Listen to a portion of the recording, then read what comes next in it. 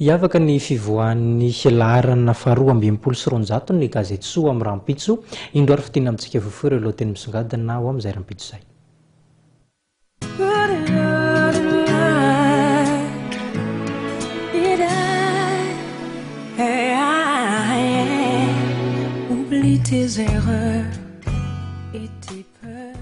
Enina Desambra 7 sy 2000, enina Desambra 12 sy 2000.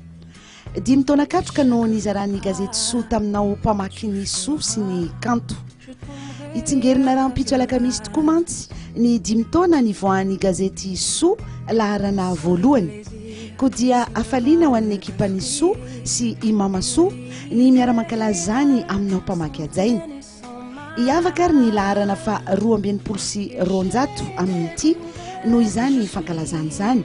Ka na dia ny latsoratra atolotra anao rahampitso azy dia voafantina ka anentanana anao hitahiry izany gazety izany ary amaky ny latsoratra isaky ny tojo zavatsarotra satria ny lohahevitra mahakasika ny vintana izay atolotra ao dia anome fankahirezana trany anao.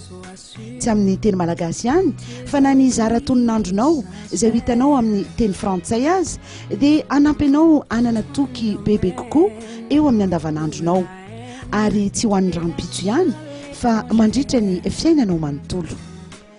Tsy adino ny lamodiny Soa ka ny fianjaika azo entina miala ny faran'ny taona no entina ao anatin'izany. Ankoatr'izany dia alinanao ireo mahatonda atsoratra samihafa entina indrindra manamarika ity vanim-potoana ny fahadimy taonan'ny gazety Soa ity. Eto sady ary dia efa arabainay ianao mpamaky ajaina ny ara-dalana tamin'ny Soa sy ny fampizaran'ny Soa taminay ekipan'ny Soa tao anatin'izay 5 taona izay.